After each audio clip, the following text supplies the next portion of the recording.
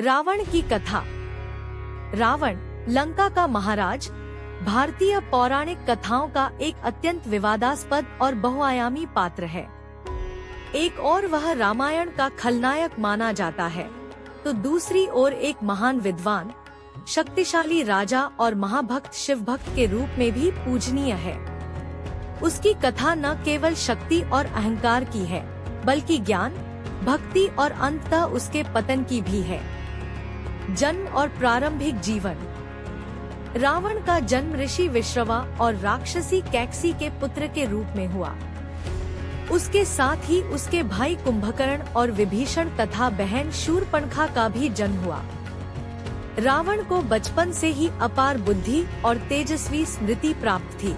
वह वेद, शास्त्र, आयुर्वेद, ज्योतिष और तंत्र विद्या में निपुण था।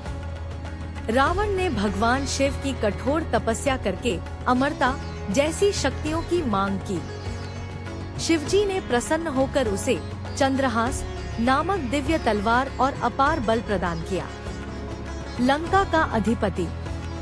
रावण ने अपनी शक्ति और बुद्धि से त्रिलोक में अपना प्रभाव जमाया। उसके पास पुष्पक विमान था, जिसके द्वारा वह आकाश में विचरण करता था। उसने लंका को सोने की नगरी बना दिया, एक ऐसी नगरी जहां हर ओर वैभव और ऐश्वर्य था। रावण एक सक्षम शासक था, उसकी प्रजा सुखी और सुरक्षित थी। युद्ध नीति में वह अद्वितीय था और विद्या में बेजोड़। लेकिन उसकी सबसे बड़ी कमजोरी उसका अभिमान था। अपार ज्ञान और शक्ति पाकर वह स्वयं को देवताओं से भी श्रेष्ठ समझने लगा। शिव भक्ति। रावण का हृदय भगवान शिव की भक्ति में सदैव रमा रहता था। उसने कैलाश पर्वत उठाने का प्रयास किया ताकि शिवजी को अपनी शक्ति दिखा सके। उस समय शिवजी ने अंगूठे के हल्के दबाव से ही पर्वत को रावण के हाथों पर दबा दिया।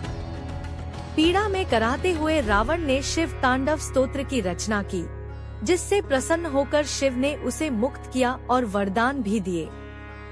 इस भक्ति के कारण रावण को महाभक्त भी कहा जाता है। सीता हरण। रामायण की सबसे महत्वपूर्ण घटना है सीता हरण। रावण की बहन शूर्पणखा जब पंचवटी में राम लक्ष्मण के हाथों अपमानित हुई, तब उसने रावण को उकसाया। रावण ने बदला लेने की योजना बनाई। वह साधु का वेश धारण कर आया और सीता जी का अपहरण कर पुष्पक विमान से लंका ले गया। यही उसका सबसे बड़ा भूल साबित हुआ। एक और उसने एक स्त्री का अपमान किया, दूसरी ओर मर्यादा पुरुषोत्तम श्रीराम से शत्रुता मोल ली। विभीषण ने रावण को समझाया कि सीता को लौटाकर युद्ध टाल दो, परंतु रावण का अहंकार उसे सत्य स्वीकारने नहीं देता था। लंका का युद्ध। राम और रावण के बीच महायुद्ध हुआ। वानर सेना और राक्षस सेना में भयंकर संघर्ष चला। रावण के पुत्र मेघनाद, इंद्रजीत ने भी अपनी अद्भुत शक्ति दिखाई। कुंभकर्ण जैसा विशाल योद्धा भी युद्ध में उतरा, परंतु अंततः सभी एक एक करके राम और उनकी सेना के सामने पराजित हो गए। रावण स्वयं रणभूमि में उतरा और अपनी समस्त शक्ति का प्रदर्शन किया। उसकी भीषण गर्जना से देवता और दानव तक भयभीत हो गए। किंतु राम ने अपने ब्रह्मास्त्र से रावण का वध किया। रावण का पतन और विरासत। रावण का पतन केवल उसके अहंकार का परिणाम था। वह जितना महान विद्वान और शासक था, उतना ही उसके अहंकार ने उसे अंधा बना दिया। वह जानता था कि राम विष्णु के अवतार हैं, फिर भी उसने उनसे युद्ध करने का निश्चय किया। मृत्यु के समय रावण ने लक्ष्मण को शास्त्र और राजनीति का गूढ़ ज्ञान दिया। उसने कहा, कभी शत्रु को छोटा न समझो और जीवन में अच्छे कार्य तुरंत कर डालो, बुरे काम को यथासंभव टालते रहो। यह उपदेश आज भी रावण की बुद्धिमत्ता और उसके अनुभव का प्रमाण है। रावण की दो छवियां। भारतीय संस्कृति में रावण की दो छवियां हैं।